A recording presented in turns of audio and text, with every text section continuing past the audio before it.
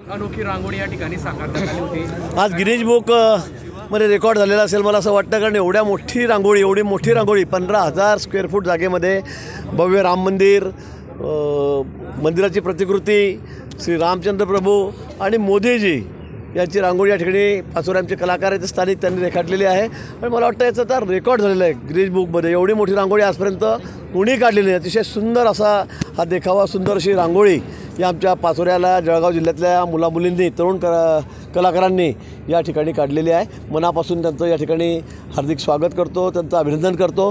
त्याचबरोबर आज आपण बघितलं असेल की आजपर्यंत कधी आपण अशी अभूतपूर्व गर्दी बघितली असेल, एवढा उत्साह बघितला नसेल, एवढा उत्साह आज संपूर्ण भारतातच नाही तर जगभरात अनेक ठिकाणी ज्या ठिकाणी सगळे हिंदू बांधव राहतात त्या ठिकाणी हा उत्सव या ठिकाणी सुरू आहे।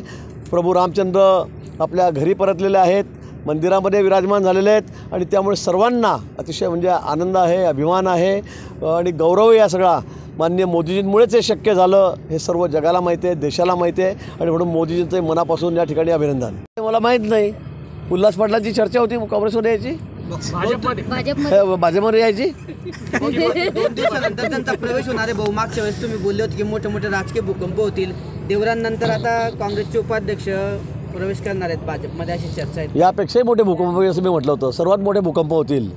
म्हणजे हा भूकंप कसा आहे काय मला अजून माहिती नाही, पण खूप मोठे भूकंप म्हणजे तुम्हाला अपेक्षित नसतील असे भूकंप पुन्हा महाराष्ट्रामध्ये होणार आहेत। बुधवारी मुंबईमध्ये पक्षप्रवेश होणार आहे भाऊ त्यांचा, असं मी पण ऐकतोय।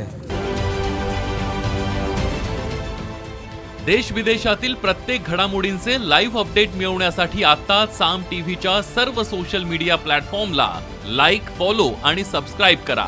तसंच सर्व नोटिफिकेशनसाठी बेल आयकॉन प्रेस करायला विसरू नका।